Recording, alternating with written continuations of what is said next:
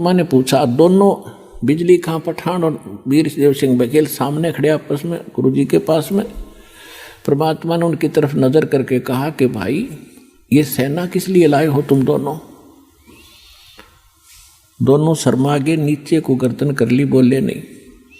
तो दूसरे लोग होते हैं हिंदू मुसलमान, तो मुसलमान कहने लगे जी आपकी मृत्यु के उपरांत हम आपके शव का अंतिम संस्कार मुसलमान रीति से करेंगे, अगर ये हिंदू नहीं मानेंगे तो हम इनके साथ युद्ध करेंगे। हिंदू कहने लगे हम इनको मुसलमान रीति से ये अंतिम संस्कार आपका नहीं करने देंगे, और ये नहीं मानेंगे तो सेना इसीलिए ला रखी है कि हम युद्ध करके जबरदस्ती ले जाएंगे। पुण्यात्माओं, उस समय भविष्य वक्ताओं ने ये भविष्यवाणी कर रखी थी कि इस वर्ष में एक भयंकर ग्रह युद्ध छिड़ेगा और बहुत जनहानि होगी। अब परमात्मा ने वो कहर टालना था। यदि मालिक समर्थ ना होते तो लड़का मर जाते, हिंदू और मुसलमान कत्लेआम हो जाता। परमात्मा ने कहा कि खबरदार, जब तुमने जरा सा भी झगड़ा किया, जब तुमने झगड़ा किया, दोनों को 3 तलाक, हिंदू और मुसलमानों को 3 तलाक मेरा। फिर भी सुन लो, मेरे शरीर को चाहे 2 भागों में बांट लेना बेटा, तुम लड़ियो ना, मेरा काला मुंह हो जाएगा। अब वो ऊपर से तो सब हाँ भर रहे थे, अब ठीक है जी, लेकिन अंदर से ये था कि एक बार शरीर छोड़ दें गुरुजी, फिर हम आप देख लेंगे।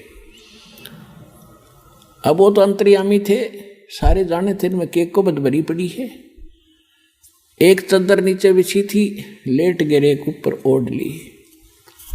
कुछ देर के, कुछ ही सेकंड के बाद परमात्मा ने ऊपर आकाश में जा रहे थे, शरीर जा रहे थे, वहां से आकाशवाणी की कि भाई उठा लो चद्दर, हटा दो पर्दा, इसमें नहीं है मुर्दा। इतनी जोर की आवाज आई, गुरुजी की आवाज, ऊपर देखा सबने कि वहां परमात्मा तो वो जा रहे हैं, वो जा रहे हैं, कितना तेज शरीर है उनका। और चद्दर उठा के देखा, जितना शरीर था उतने सुगंधित फूल बन गए उस मालिक के पूरी। वो तो मालिक लीला थी, सह शरीर चले गए।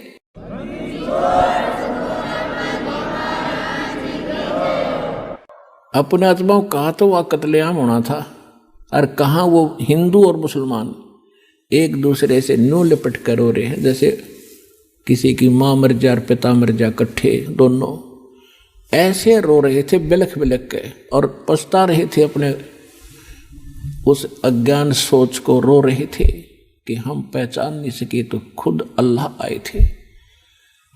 रो रहे थे बुरी तरह कि हमने बहुत बुरा किया, हमने कभी सुख, अंतिम समय में भी सुख ना दिया अपने मालिक को, अंत में भी उनको इतना तंग कर दिया। तो उन्होंने, बिजली खां पठान ने कहा कि भाई एक चद्दर आप ले लो, एक हम ले लेते, आधे फूल आप ले लो, आधे हम ले लेते हैं। बड़ी दया करी दाता ने, क्योंकि हम तो समझ के कुछ ही नादान मुसलमान और हिंदू हैं, ये बकवाद कर सकते। तो आधे आधे बांट के, वहीं पर 100 फुट का फैसला है। इधर हिंदुओं ने बना रखी है अपनी यादगार भगवान की, इधर मुसलमानों ने, वो आज भी विद्यमान है, और हम उसका चित्र भी लाए हैं, आपको दिखाते हैं। ये तो है मुसलमानों वाली यादगार।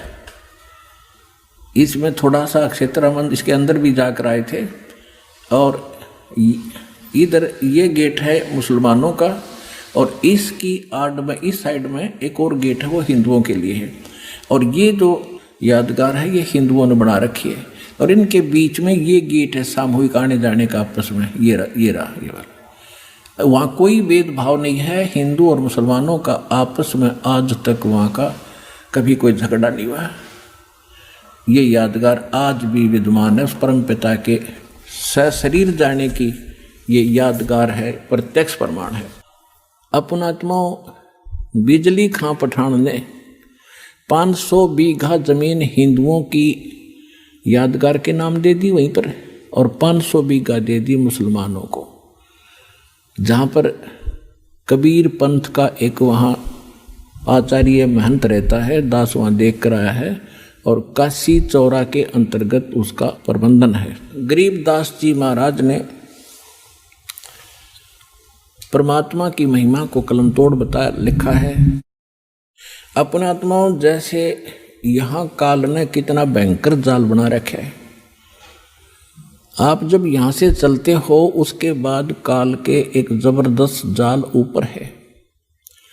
परमात्मा जब यहाँ से चले सशरीर जा रहे थे तो रास्ते के अंदर ये दुर्गा, ये माया एक सुंदर स्त्री का रूप बना के और सामने खड़ी होगी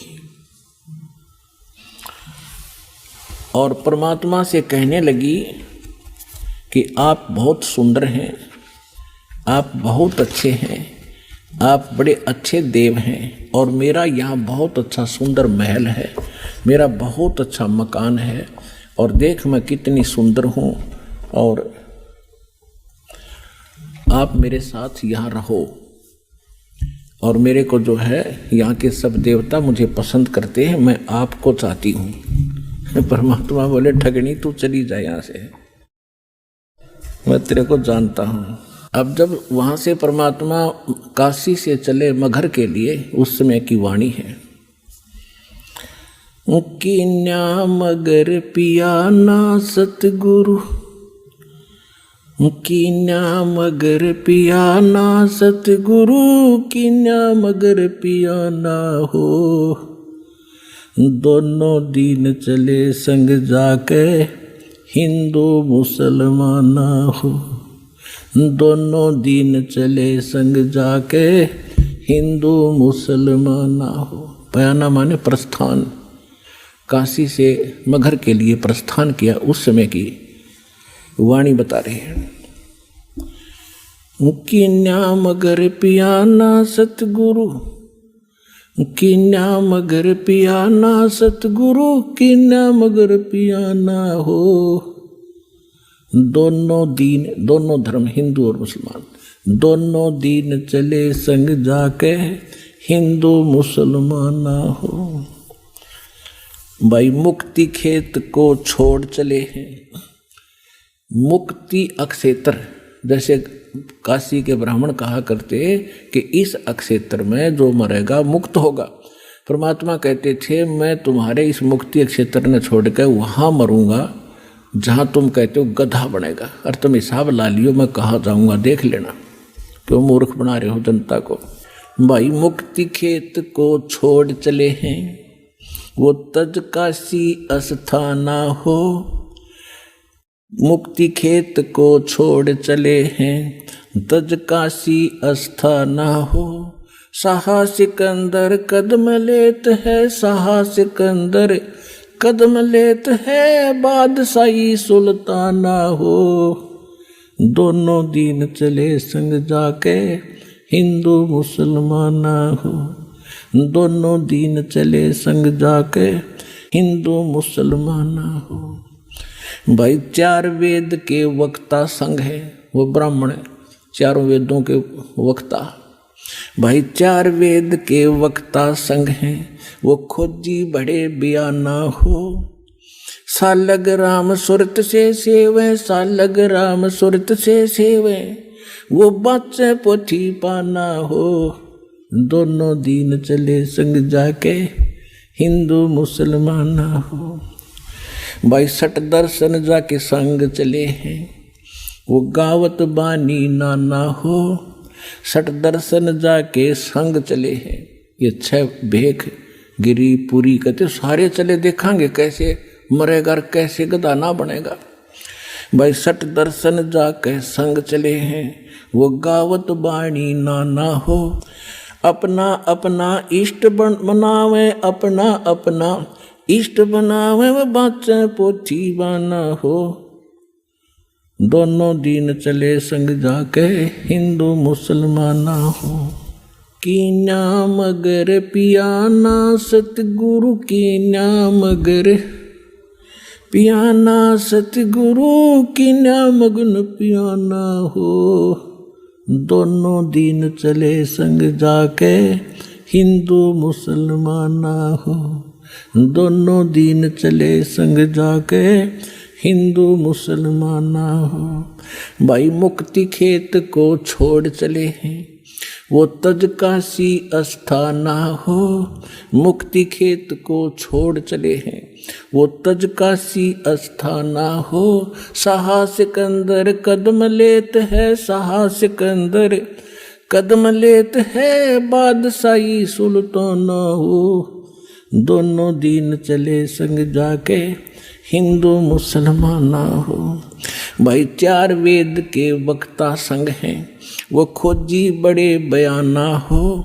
सालग राम सुरत से सेवें, सालग राम सुरत से सेवें, ज्ञान समुद्र दाना हो।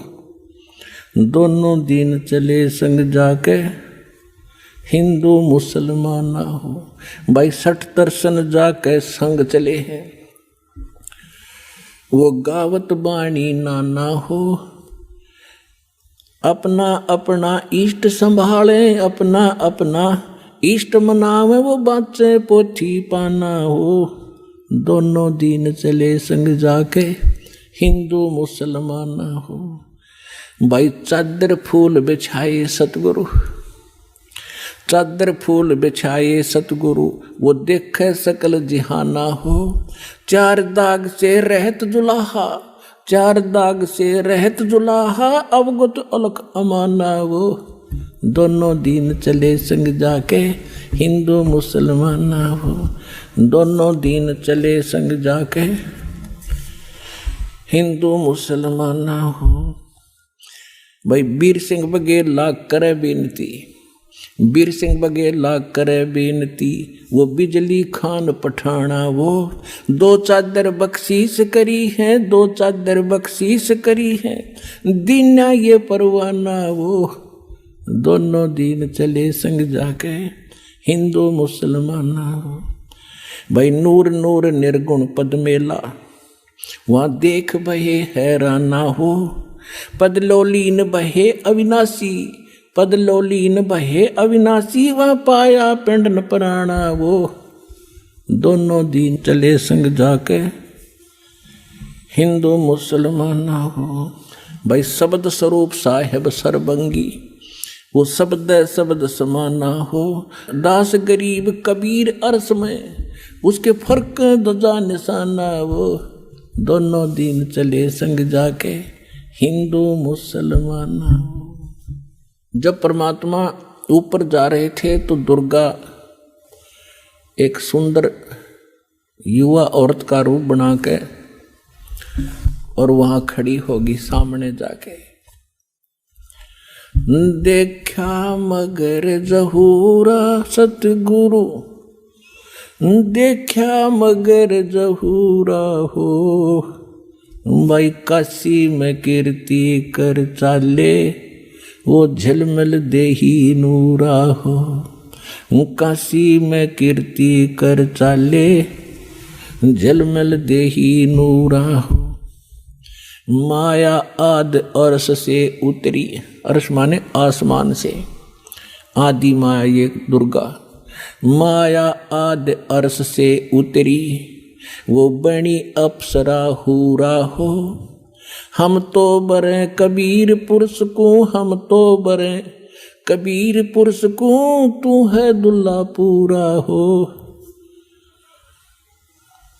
काशी में कीर्ति कर चाले, वो झलमल देही नूरा हो।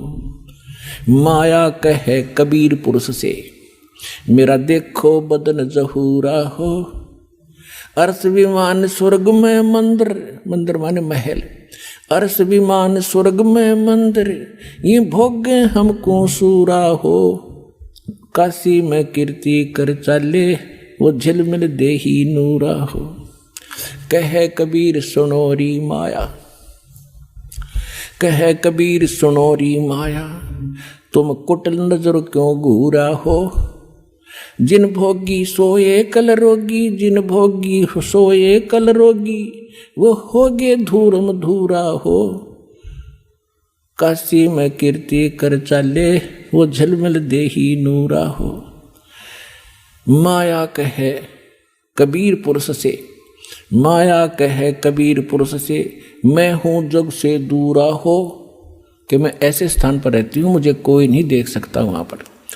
माया कहे कबीर पुरुष से, मैं हूँ जग से दूरा हो। मैं तुम्हारी पटरानी दासी, मैं तुम्हारी पटरानी दासी, मैं राखों पलक हजूरा हो।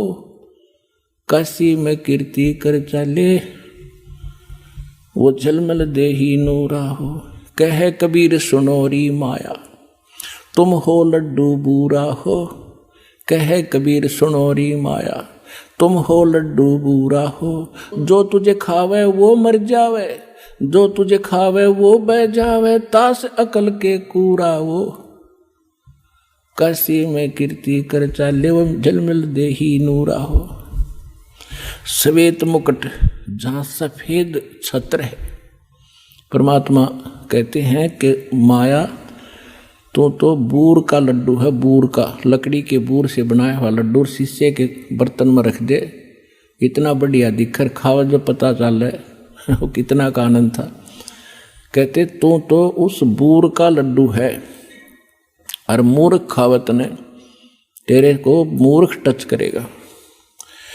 कहे कबीर सुनोरी माया, तुम हो लड्डू बूरा हो। जो तुझे खावे सो बह जावे, तास अकल के कूरा वो। काशी में कीर्ति कर चाले, वो झलमिल देही नूरा हो। परमात्मा क्या बताते हैं, मेरा श्वेत मुकुट और श्वेत छत्र है, जहाँ बाजे अनहद तूरा हो। दास गरीब कहे सुन माया, हमसे रहिए दूरा वो। काशी में कीर्ति कर चले, वो झलमिल देही नूरा हो। अब परमात्मा उसके विषय में क्या बता रहे हैं कि तू कितनी नालायक है। अब यहाँ हर पहलू पर ज्ञान दिया गया है। यहाँ पर कबीर साहब क्या बताते हैं, गरीबदास जी ने अपनी वाणी में बताया है कि बदनारी लंगर कामनी, ये बोले मधुरे हेत। फेंट पड़े छोड़े नहीं, क्या मगहर कुरुक्षेत। बदनारी लंगर कामनी, या बोले मुद्रे बोले। फेंट पड़े छोड़े नहीं, या काढ़े घूंघट झोले। बदनारी लंगर कामनी, या बोले मुद्रे बोले। कोई साधु उबरे, ये मुनिजन पिए गोले। बदनारी लंगर कामनी, जामे अनगण खोटे। फांसी डारे बाहा कर, ये करे लाख में चोटे। बदनारी लंगर कामनी, या बोले मुद्रे बहने। जाको नहीं पति जी, ये घूंघट घट में सेने। बदनारी लंगर कामनी, या बोले मुद्रे बहने। जाके पास न बैठियो, जाका कैसा देने। सतगुर हेला देते हैं, सुनियो संत सुजाने। बदनारी पास न बैठियो, बदनारी आई खान। नैनो काजर बाहा करिए, खाए लिए हंस। हाथों में दिला के, ये डोब दिए कुलबंस। उल्टी मांग भराए करिए, मंजन करहे गाते। मिठी बोले मगन होए, ये लावे बहुविध गाते। माया काली नागनी, ये अपने जाए खाते। कुंडली में छोड़े नहीं, सो बाता की बात। अब बदनारी काली नागनी, ये देखत ही डस खाए। बोले से तब खंड हुए, पर से सर्वस जाए। अपना आत्माओं,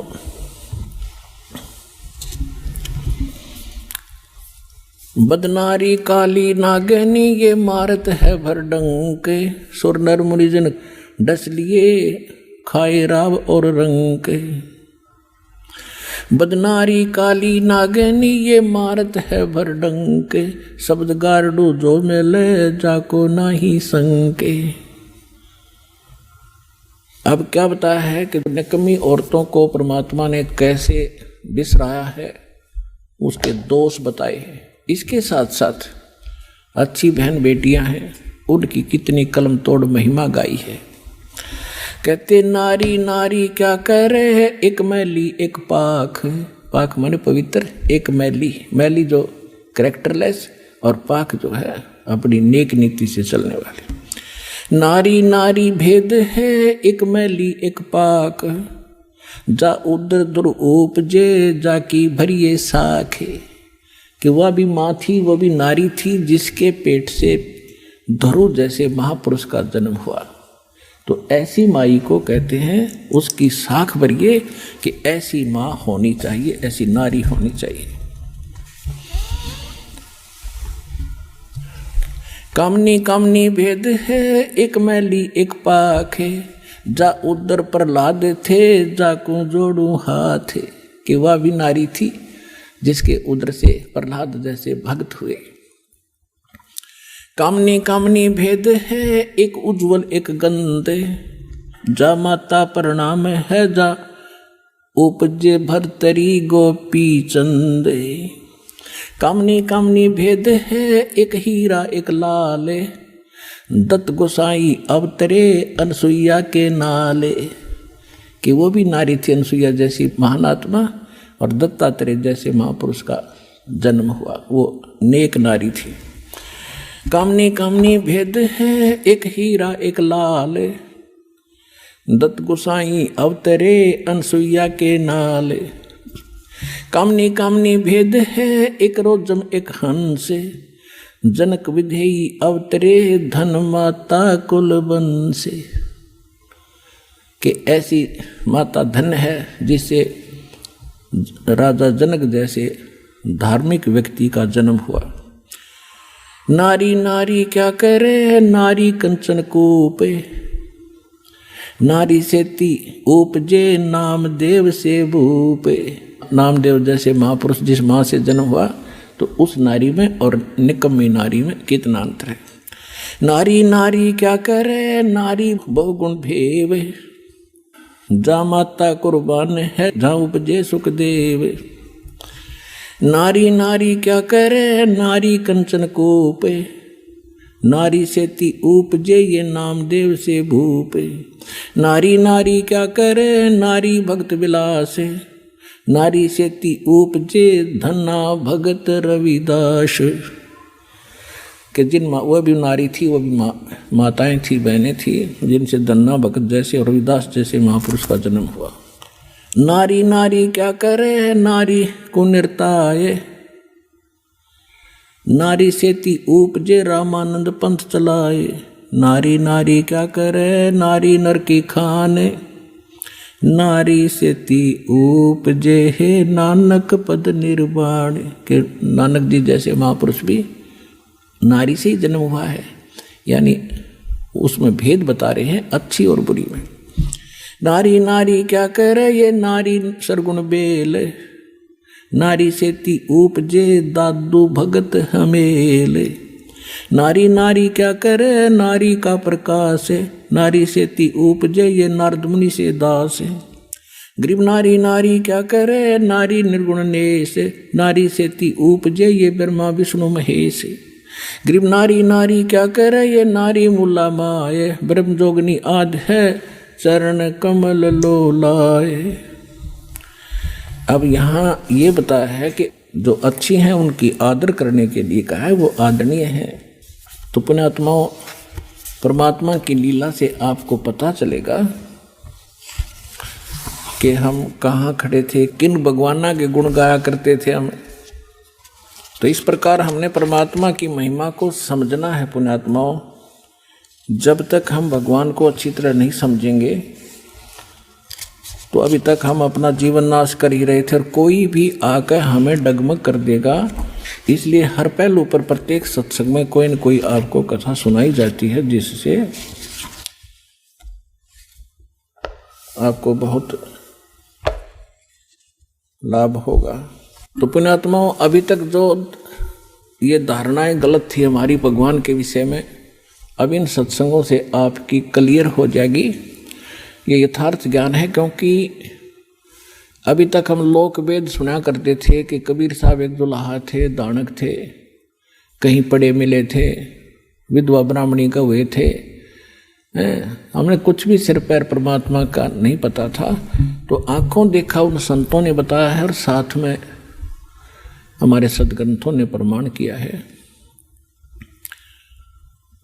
कि परमात्मा पूर्ण ब्रह्म सारी सृष्टि के रचनहार कबीर परमात्मा है।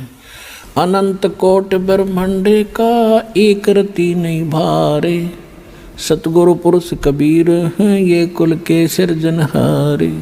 हम सुल्तानी नानक तारे दादू को उपदेश दिया, जात दुलाहा भेद न पाया वो काशी माहे कबीर हुआ। तो धन्य भाग आपके पुण्यात्माओं, आपको यह अमर कथा अमर पुरुष की सत्यनारायण की कथा सुनने को मिली। धन्य है आपके माता पिता जिनसे जन्म हुआ।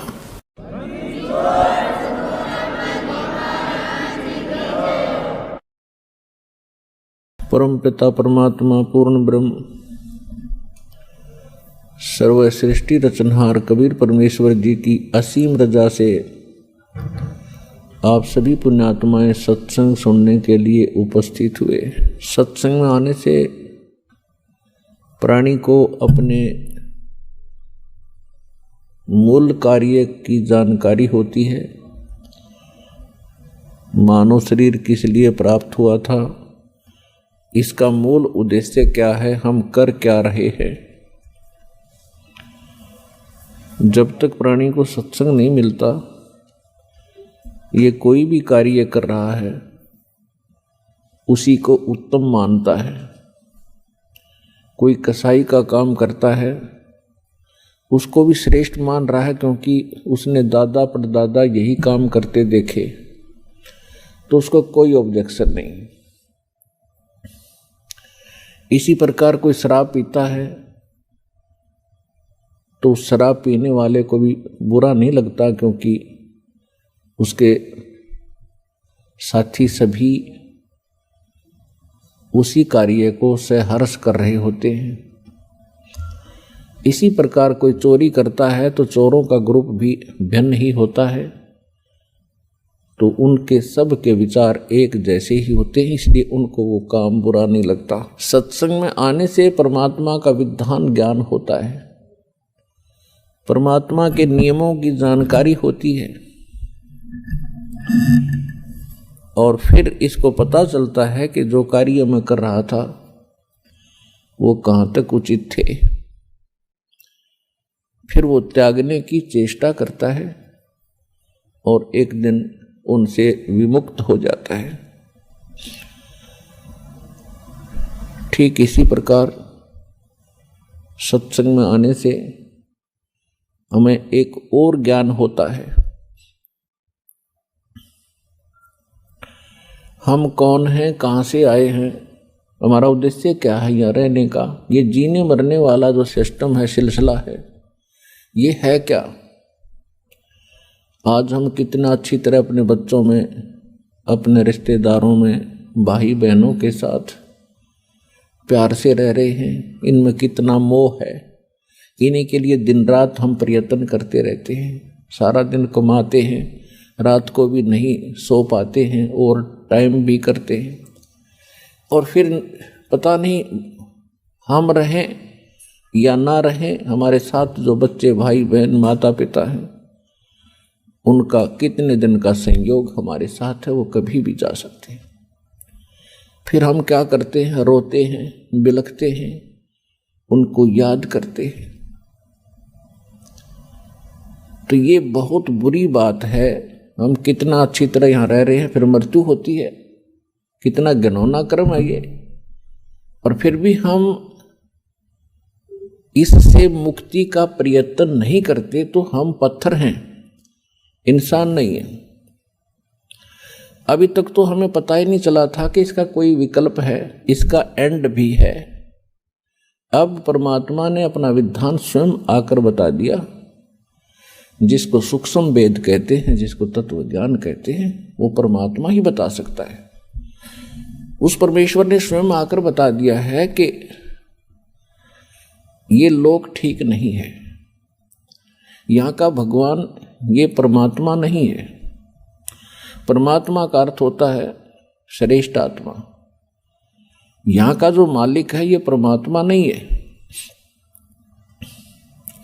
परमात्मा उसे कहते हैं जो कभी किसी को दुख ना दे, केवल सुख ही दे। और भगवान कहते हैं जो भोग्य पदार्थ प्रदान करे।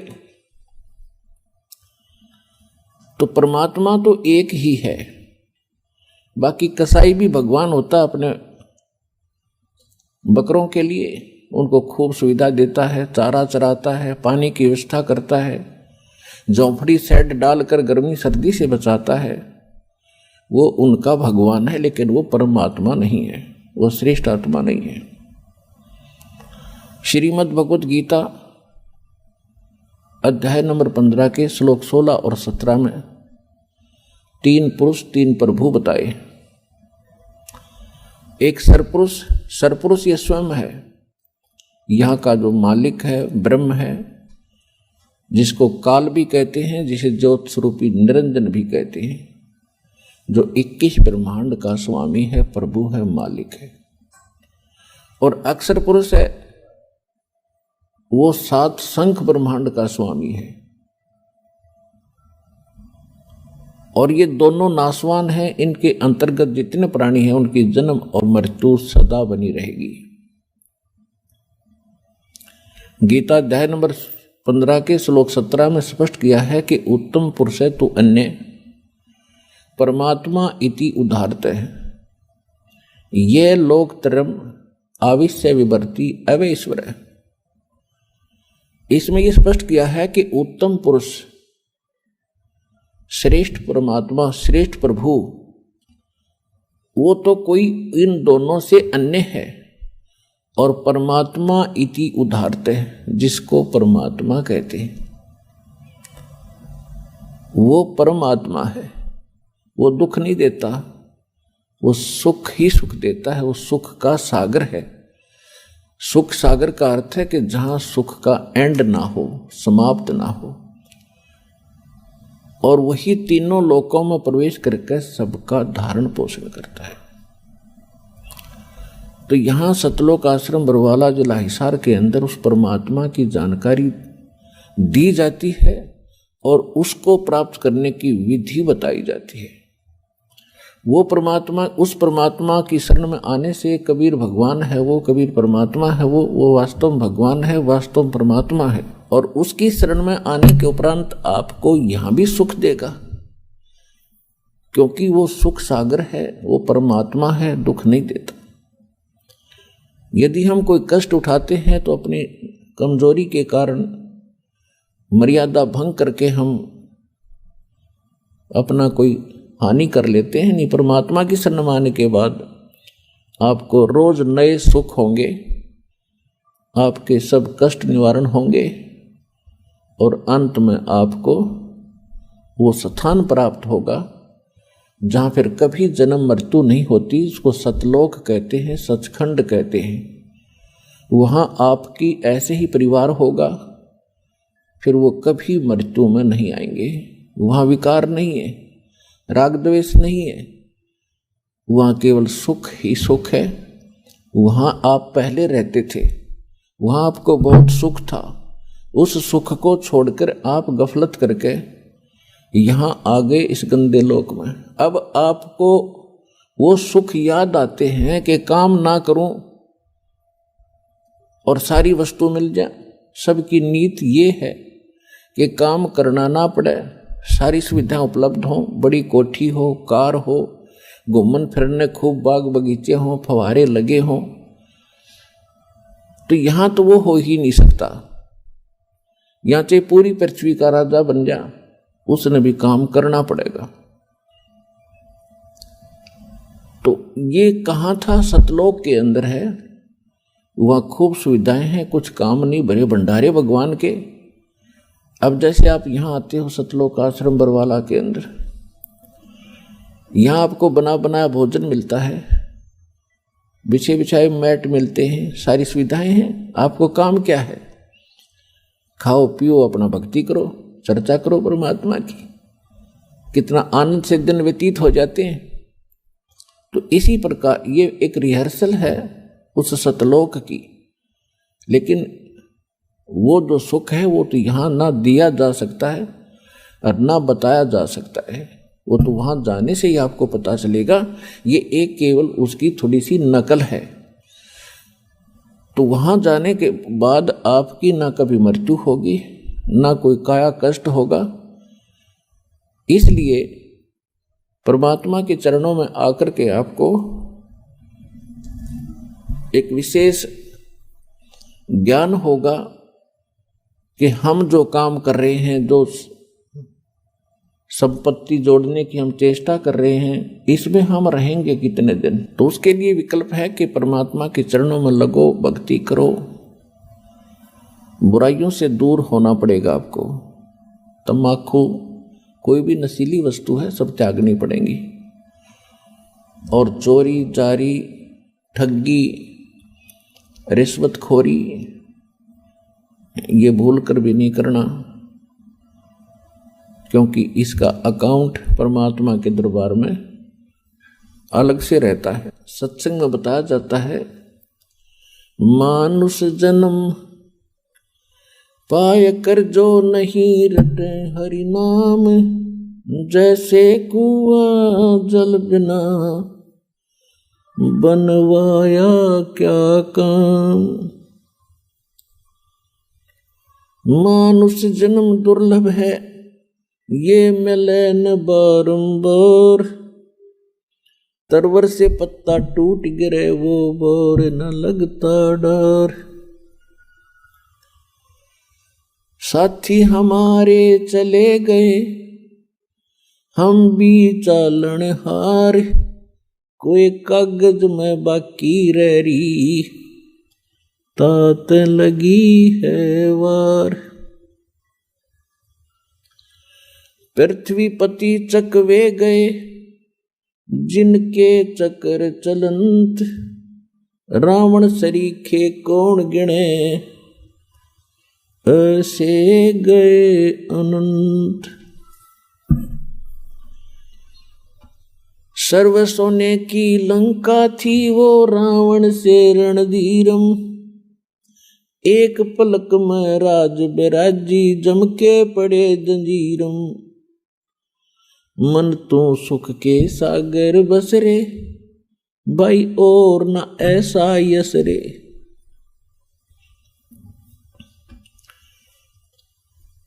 तो याद दिला जाता है कि बोले मानव, ये मनुष्य जीवन ऐसे नहीं प्राप्त होता जैसा आपने सस्ता सा समझ रखा है। ना जाने कितने अन्य प्राणियों के जन्मों को भोग के, महाकष्ट उठा के एक सु अवसर प्राप्त होता मानव का। और मानव शरीर के अंदर हम क्या करते हैं, बस संतान हो जा भगवान, अच्छी कोठी बंगले हो जा, फिर इनका विवाह हो जावे और फिर इनके संतान हो जाए, फिर हम बेशक मर जावे, बस इतना ही काम था। इसका एक विशेष कार्य है। ये कर्म जो आप कर रहे थे बगैर भक्ति के, ये तो पशु पक्षी भी आपसे अच्छी जिम्मेदारी से करते, लेकिन केवल यही काम मनुष्य का नहीं, इसके पैरेलल एक काम और है जो सत्संग में आने से ज्ञान होता है। अपने आत्माओं जैसे ये नकली संत भी सत्संग करते हैं, मिलता जुलता ज्ञान भी लगभग बता देते हैं कि भक्ति करो नहीं तो दुख हो जाएगा, लेकिन उनके पास समाधान नहीं है। तो वो सत्संग सुनना या ना सुनना बराबर है। अब जैसे किसी ने बता दिया कि आपको ये बीमारी है, आपको भी पता लग गया, बताने वाले ने बता दिया, तो समाधान उसके पास है नहीं, तो क्या यूज हुआ ये बताने का कि आपको ये रोग है। तो जो डॉक्टर होगा वो बीमारी भी बताओगा, उपचार भी करेगा। तो आज तक या तो स्वयं परमात्मा आए थे जो कंप्लीट कोर्स लिए थे, और उन्होंने कुछ महापुरुषों को ये ज्ञान भी दिया था, नाम भी दिया था, समाधान भी दिया था, लेकिन उन महापुरुषों को मना कर दिया था कि अभी इस वास्तविक भक्ति विधि को और इस तत्व ज्ञान को मूल ज्ञान को अभी सार्वजनिक नहीं करना। क्यों नहीं करना? तो धर्मदास नाम के एक बड़े महापुरुष हुए थे, परमात्मा उनको आकर मिले थे, जैसा भगवान की लीला में लिखा है। तो धर्मदास जी ने पूछा था, प्रभु आपने मुझे सारी कहानी सुना दी और परमात्मा वो स्थान दिखा दिया जहां से हम गिरे थे इसे गंदे लोक में, और अब आपने मुझे सब मंत्र दे दिए, और परमात्मा अब आप मेरे बच्चों को या अन्य किसी व्यक्ति को ये नाम देने के लिए मना कर रहे हो, इसका कारण क्या है? आपका दास जानना चाहता है। तब परमात्मा ने कहा था, धर्मदास ये गंदा लोक है, यहाँ का भगवान बहुत निकम्मा है, ये परमात्मा नहीं है, ये छल कपट करके जीव को यहाँ फंसाए बैठे है, और ये जितने भी प्राणी इसके लोक में हैं ये सब अपनी गलती से बालकपन में यहाँ फंसे हैं। अब इनको इसने इतना मिसगाइड कर दिया है, इतना भ्रमित कर दिया है कि इनको समझाना मेरे लिए बड़ा दुभर हो गया है। और अब इसने ऐसा मोर्चा डांट दिया कि असली भगवान का तो नामो निशान मिटा दिया, और बाकी सारी चाहे को कैसी पूजा करता है बड़ी खुशी से करता रहो, कोई प्रॉब्लम नहीं। कहीं तीर्थ पर जाओ, कोई व्रत रखो, कोई मंदिर पूजो, मस्जिद पूजो, गुरुद्वारा पूजो, चर्च में जाओ, या कहीं 4 ईंट लगा के वह मत्था टेकते रहो, या कोई घोर तप कर लो।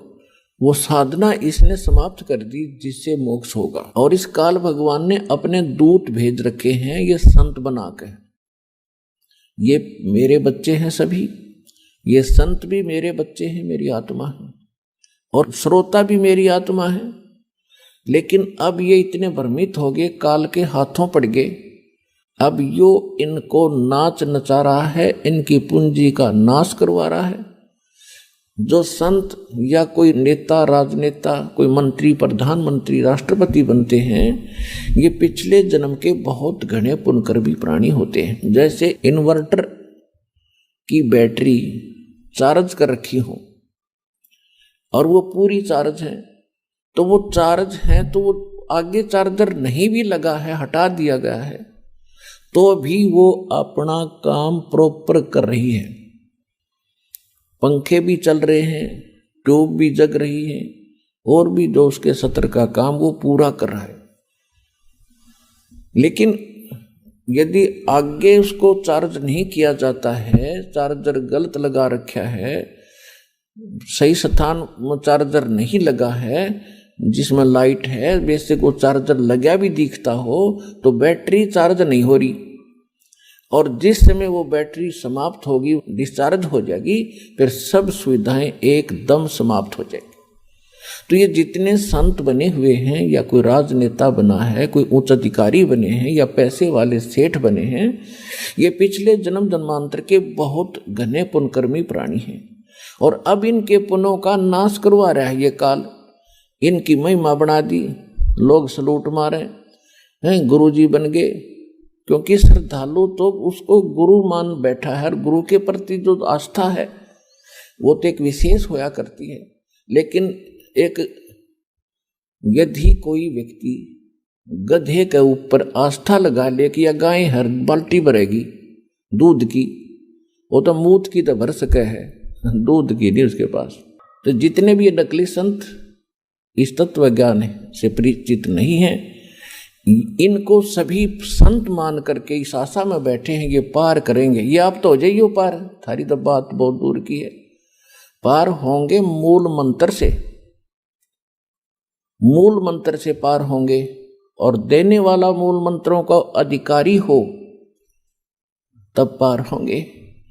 तो इस प्रकार परमात्मा बता रहे हैं धर्मदास जी को कि जिस समय ये भोली आत्मा यहां फंस गई इस काल के जाल में, आगे इसके साथ में, क्योंकि जब ये यहां आए तुम सभी भक्ति युक्त थे, तुम्हारे पास घना धन था भक्ति का, और आप उस भक्ति धन को लेकर इस ठग के साथ आगे, इस ब्रह्म के साथ, सरपुरुष के साथ, इस पर तुम आसक्त हो गए। ये सृष्टि रचना में आपको बहुत बार सुनाया है। अपने पिता से तुम विमुख हुए, भगवान के हृदय से उतर गए, और जिस कारण से आप यहां आ गए। इसने क्या छल किया आपके साथ? पहले आपको रखा ऊपर स्वर्ग में, पहले ब्रह्मलोक में रखा। ये ब्रह्मलोक क्या है? एक रेस्टोरेंट है, एक ये होटल है, और ये उसका मालिक है। इसने वहां अपने एजेंट छोड़ रखे हैं और उसका कमीशन रखा हुआ है, और जितने पुण्य हैं वो सब सुविधा ये देता है, लेकिन उसके व्यक्ति विशेष के, उस आत्मा के पुण्यों से ही वो सब कुछ वहां खाता है, भक्ति धन से। और जब भक्ति धन इसका समाप्त हो जाता है तो उसको पृथ्वी पर पटक देता है यहाँ। और फिर इसने परमात्मा का दिया हुआ ज्ञान, वेद, इनकम्प्लीट दे दिया।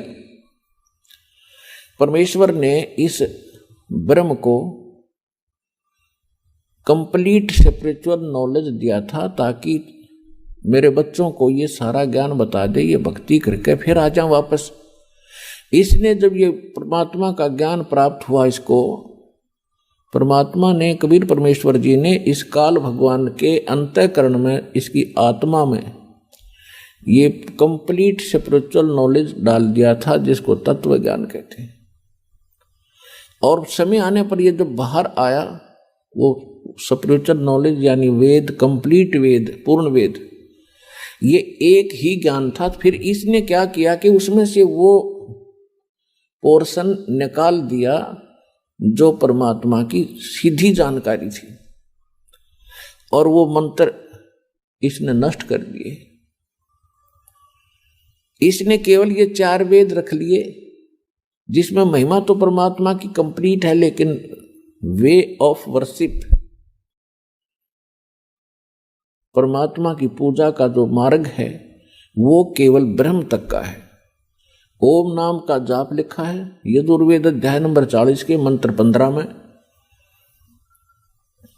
वायु अनिलम अमृतम भस्मांतम शरीरम अथितम भस्मांतम शरीरम ओम कर्तु समर किलबे समर और कर्तुम समर। ओम नाम का जाप काम करते करते सेवन करो, विशेष श्रद्धा के साथ सेवन करो, मनुष्य जीवन का मूल कर्तव्य जानकर इस नाम का जाप करो।